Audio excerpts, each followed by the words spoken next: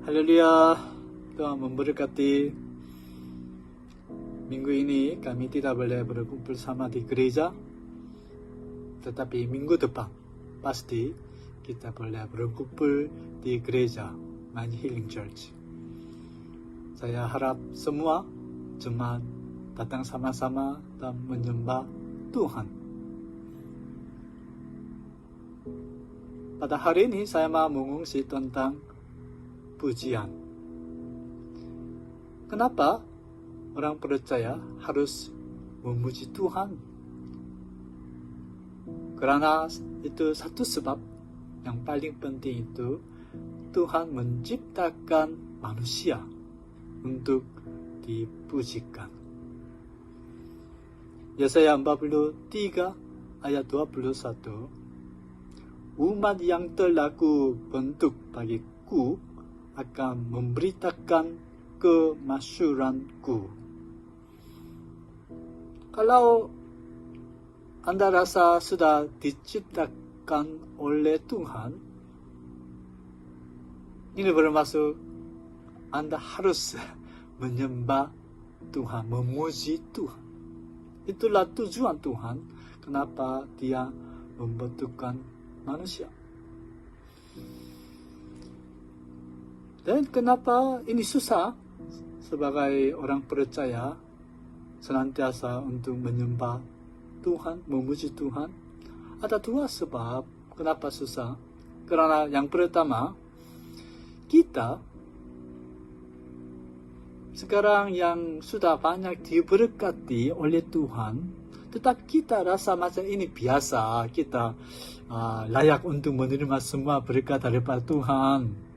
Itu sebab ketika kita menghilang kesyukuran dalam hati kita, dan kita susah menyembah, memuji Tuhan. Sebab yang kedua itu susah memuji Tuhan karena keadaan sangat susah. Ada orang berkata, macam keadaan seperti macam begini susah bernafas. Susah hiduplah, matilah.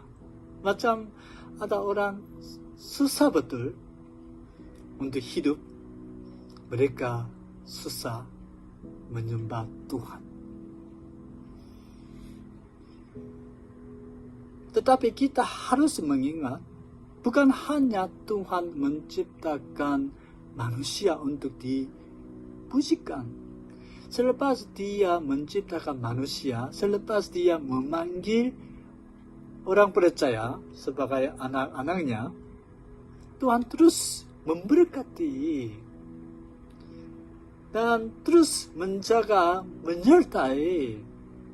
Itu sebab mesti ada banyak sebab kenapa kita harus memuji Tuhan. Satu contoh kita dapat melihat ada seorang, dia dilahir macam sebagai orang yang tidak boleh berjalan. Ketika dia kecil juga, besar sudah jadi besar juga, senantiasa apa dia buat? Dia justru duduk oleh pertolongan orang lain di depan bait Tuhan dan minta duit, minta duit kepada orang datang untuk menyembah. Dan satu hari Petrus dan Yohanes datang, dan Petrus melihat ini orang tidak boleh berjalan, minta duit. Tetapi dia cakap dalam nama Yesus Kristus, bangunlah, jalanlah. Dia itu berkata dalam nama Yesus. Ini orang macam tidak pernah berjalan, menaikkan juga, berdiri pun tidak boleh. Itu sebab, kenapa dia cakap begitu? Dan Rasul datang dan tolong dia untuk berdiri. Dan dia dapat berdiri. dan dia dapat berjalan. Dan apakah berlaku pada dia? Wah, dia dapat masuk di dalam bait Tuhan dan dia dapat berjalan lompat dan dia dapat itu berjalan cepat. Wow, keadaannya sudah banyak diubahkan oleh Tuhan. Dan dia memuji Tuhan. Dia dapat memuji Tuhan dengan betul-betul hati yang bersyukur. Inilah bagaimana Tuhan mau dipujikan oleh kita. Apa-apa keadaan yang sekarang kita ada, kita harus mengingat ada sebab karena dia mau dipujikan. Ada waktu untuk Tuhan dimuliakan, dipujikan. Semua jemaat ketika kita menghadapi kesusahan, kita harus memahami ada waktu Tuhan akan memberkati kita, membantu kita, membangkitkan diri kita supaya dia dapat dipujikan oleh kita. Dan Paulus dan Silas, semua orang sudah tahu. Ini dua orang itu kuat menginjil. Dan mereka melayani di kawasan Turki. Dan di sana satu hari Paulus dapat bermimpi di Makedonia ada orang minta datang tolong. Dan itu Paulus yakin, Tuhan itu memanggil dia di sana. So mereka itu cepat pindah ke Makedonia dari Turki sana. So sampai di Greece dan mereka menginjil di sana. Dan apakah berlaku? Ya, orang Yahudi pun ada orang percaya kepada itu Tuhan Yesus. Dan tetapi ada seorang yang dikuasai oleh roh jahat. Dia itu macam bernubuat. Itu sebab Tuhan-Tuhannya dapat itu menerima banyak duit daripada orang lain. Karena dia cakap-cakap oleh roh jahat. Tetapi Paulus, dia rasa macam ini orang perempuan tidak boleh menolong dia untuk melayani. So dia mengusirkan roh jahat dalam nama Yesus Kristus. Keluar. Dalam nama Yesus Kristus. Ini roh jahat sudah keluar. Perempuan tidak boleh bernubuat lagi. Dan Kisah para Rasul 16 pasal 19. Apakah berlaku di sana? Ketika Tuhan perempuan itu melihat bahwa harapan mereka akan mendapat penghasilan lenyap, mereka menangkap Paulus dan Silas, lalu menyeret mereka ke pasar untuk menghadap penguasa. Ini orang, apa mereka buat? Ada lebih dua itu Tuhan perempuan itu. Dan ketika mereka melihat, itu perempuan sudah hilang kuasa, spesial itu karena kuasa diberikan oleh roh jahat. Dan mereka rasa, kita sudah hilang itu duit. So mereka tangkap Paulus dan Silas dan membawa mereka kepada penguasa. Ini sangat macam stupid. Karena mereka sudah tahu apa ini perempuan cakap tentang Paulus dan Silas. 16-17 berkata, orang-orang ini adalah hamba Allah yang maha tinggi. Mereka memberitakan kepadamu jalan kepada keselamatan. Ini perempuan betul-betul tahu siapakah Paulus dan apa mereka buat. Tetapi orang lain tidak mengerti betul-betul. Kadang-kadang itu roh jahat lebih cepat memahami itu tentang pelayanan Tuhan, kerja Tuhan. Tetapi mereka tidak boleh bertobat, hanya diusirkan saja. Ini Tuhan perempuan itu, kalau mereka betul-betul tahu siapakah mereka, mereka harus minta untuk diselamatkan.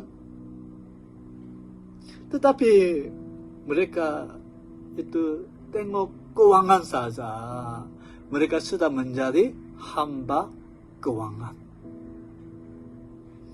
Itu sebab ayat 20 mereka berkata begitu. Setelah mereka membawa keduanya menghadap pembesar kota itu, berkatalah mereka, katanya, orang-orang ini mengacau kota kita ini karena mereka orang Yahudi dan mereka mengajarkan adat istiadat yang kita sebagai orang Rom tidak boleh menerimanya atau menurutinya. So mereka cakap ini itu orang Yahudi.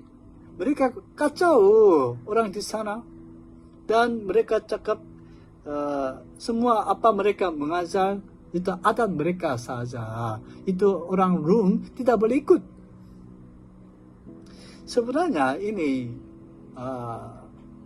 salah. Yang pertama, Paulus Silas datang di sana bukan untuk mengacau mereka kota, tetapi untuk menyelamatkan, untuk memberkati. Salah faham. Yang kedua, mereka pikir itu Paulus Silas itu orang Yahudi. Memang itu orang Yahudi, tetapi mereka sudah menjadi orang Rom, orang Roma. Salah faham tentang mereka. Yang ketiga, itu mereka itu cakap apa itu Paulus mengajar ini bukan untuk mereka, tetapi semua Paulus mengajar ini firman Tuhan.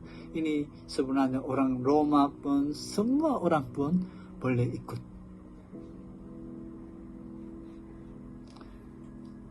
Kesusahan sudah sampai kepada Paulus dan Silas. Dan ini kesusahan jadi lebih serius. 22 apakah berlaku? Juga orang banyak bangkit menentang mereka. Lalu pembesar kota itu menyuruh menggoyahkan pakaian. Menggoyahkan pakaian. Ini pakaian dari tubuh mereka. Malu. Dan mendera mereka. Macam pukul, macam susah, sakit di depan rakyat. Dan 23 setelah mereka berkali-kali didera, mereka dilemparkan ke dalam penjara. Dilemparkan means macam dibuangkan, tidak jaga. So kepala penjara diperintahkan untuk menjaga mereka dengan sungguh-sungguh.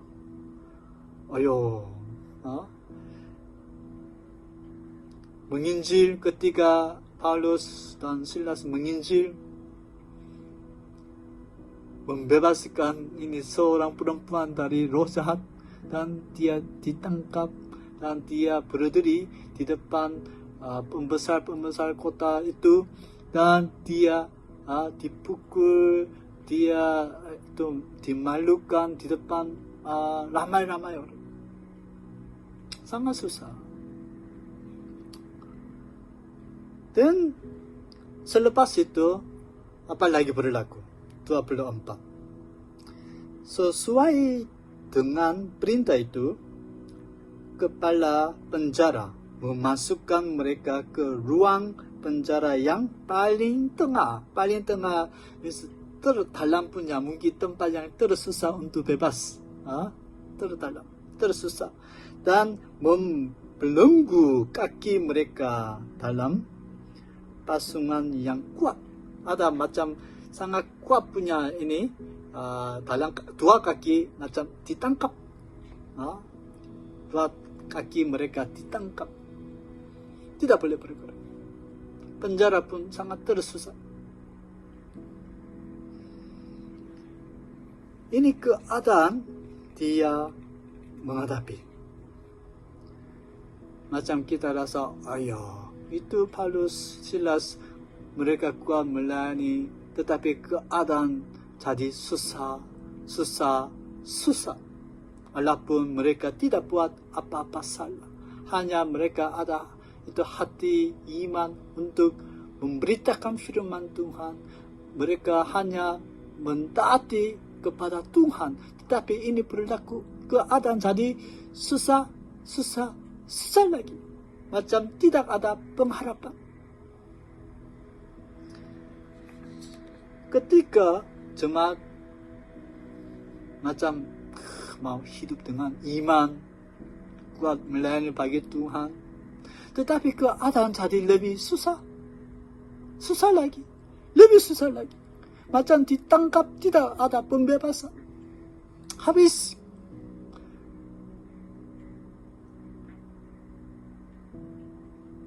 Apakah berlaku pada waktu itu? Tidak tahu. Tetapi Paulus dan Silas, mereka tetap percaya kepada Tuhan. Hatinya tidak ditangkap. Iman mereka tidak ditangkap. Hanya tubuh, kaki saja ditangkap.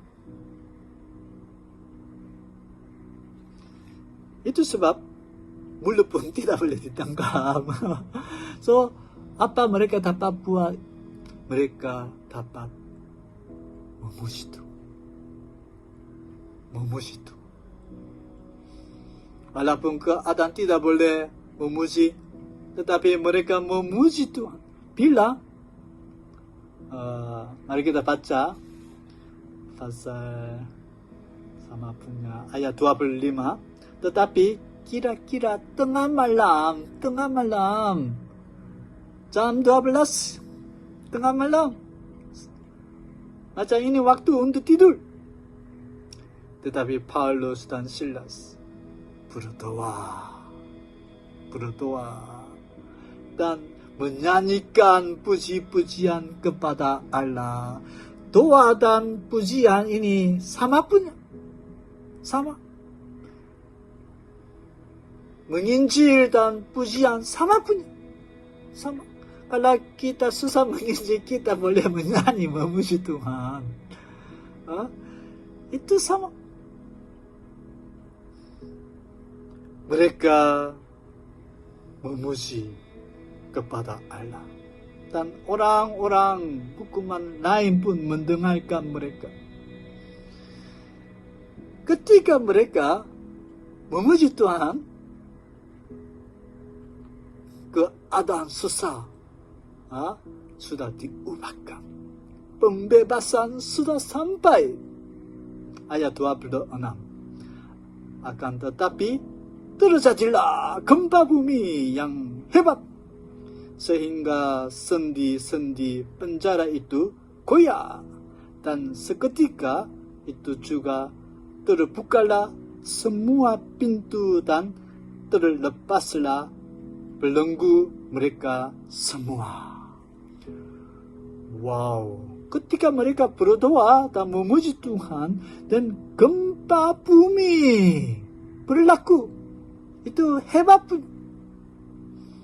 Tetapi luar biasa, gempa bumi bergoncang kalau itu penjara jatuh dan semua orang boleh mati macam begitu. Tetapi apakah berlaku? Luar biasa. Terbukalah semua pintu. Pintu mesti ada kunci, tetapi pintu macam-macam dibuka. Dan terlepaslah belenggu mereka semua, kaki yang ada ditangkap. Ini bebas. Oh, luar biasa, luar biasa. Ini luar biasa. Kenapa ini berlaku? Karena Tuhan tahu apakah keperluan kita. Tuhan tahu apakah kesusahan kita.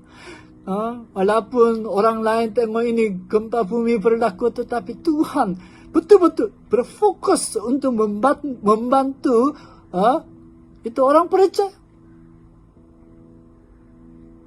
Kita harus tetap percaya kepada Tuhan. Dia tahu semua keadaan kita. Haleluya. Dia akan membebaskan kita daripada apa-apa yang kita sudah itu ditangkap. Dan 27, kepala penjara. Pada waktu itu dia tidur, tetapi dia bangkit karena gempa bumi, dan dia melihat semua pintu itu sudah terbuka, dan dia mau membunuh diri sendiri. Kenapa? Karena dia pikir sendiri semua itu orang yang ada di dalam penjara sudah lari. Tetapi ketika Paulus melihat itu, jangan bunuh diri sendiri. Kita semua ada di sini. Ayat 28. Jangan celakakan dirimu, sebab kami semuanya masih ada di sini. Dan dia, betulkah? Dan macam dia turun dan tengok, dan semua orang ada sana. Dan dia tersungkurlah ia di depan Paulus dan Silas. Dia menghormati Paulus dan Silas. Dia pikir ini orang lain, bukan orang biasa, orang kudus. Tuhan menyertai dengan mereka. Dan selepas itu, ini luar biasa apa dia bertanya.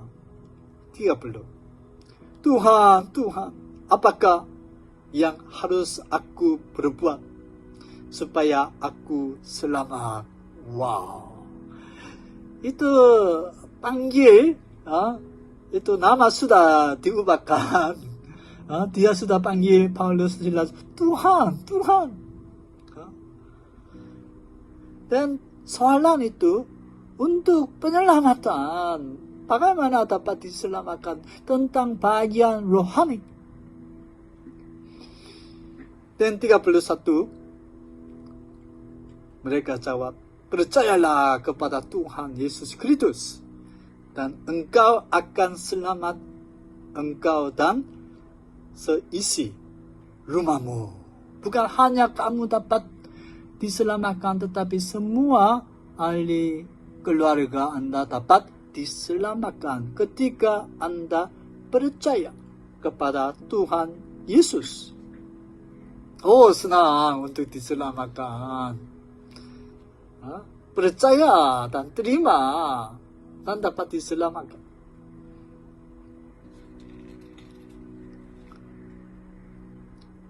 Tiga-puluh dua ada di sana, mereka mendengar firman Tuhan, dan semua ahli keluarga dapat mendengar firman Tuhan melalui Paulus dan Silas, dan mereka sudah membawa keputusan untuk percaya dan mereka menerima baptisan.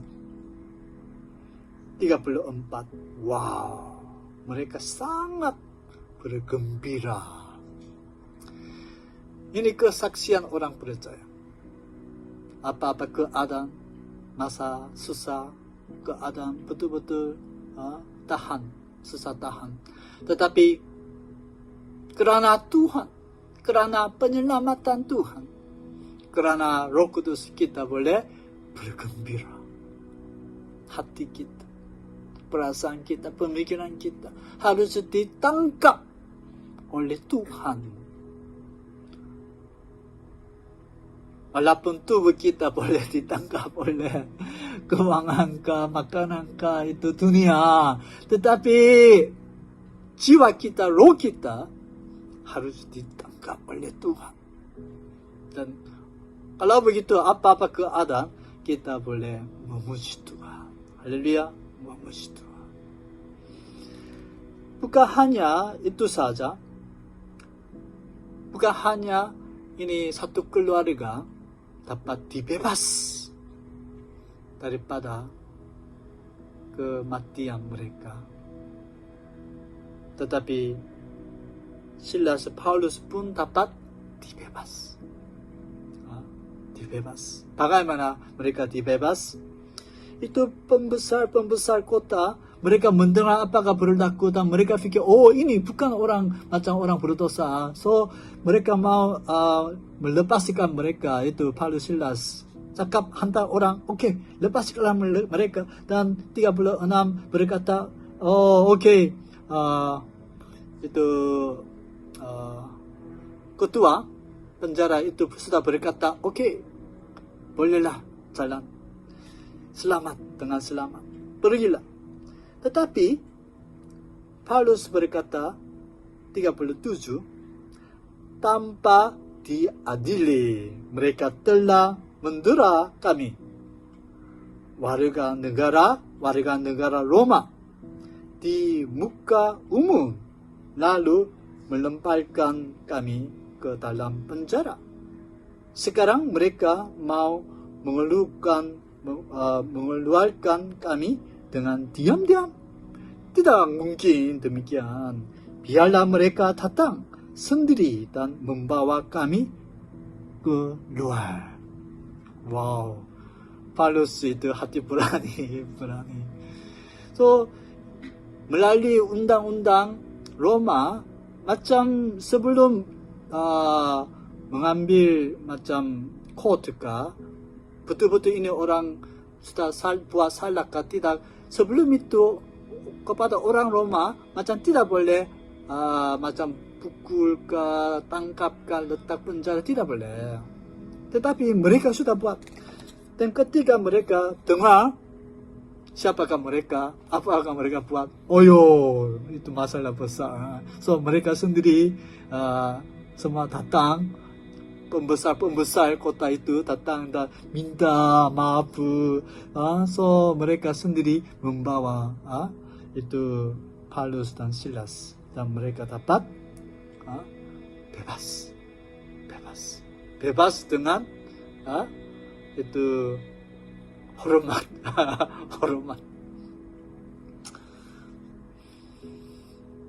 Apa yang kita dapat belajar melalui cerita ini? Walaupun dalam kesusahan besar, tetapi pembebasan juga boleh berlaku. Bilakah boleh berlaku? Ketika kita memuji Tuhan, pujian penyembahan. Ketika kita memuji Tuhan di dalam kesusahan, pembebasan akan sampai kepada kita. Yakobus 5:11, sesungguhnya kami menyebut mereka berbahagia, yaitu mereka yang telah bertekun. Kamu telah mendengar tentang ketekunan Ayub, dan kamu telah tahu apa yang pada akhirnya disediakan Tuhan baginya. Karena Tuhan Maha penyayang dan penuh belas kasihan. So, Ayub, apa dia menghadapi kesusahan itu sangat besar. Tetapi selepas dia tahan, apakah berlaku? Milik dia sudah 2 kali tambah. Dan iman dia, kerohanian dia, dulu dengar saja tetapi dia dapat nampak.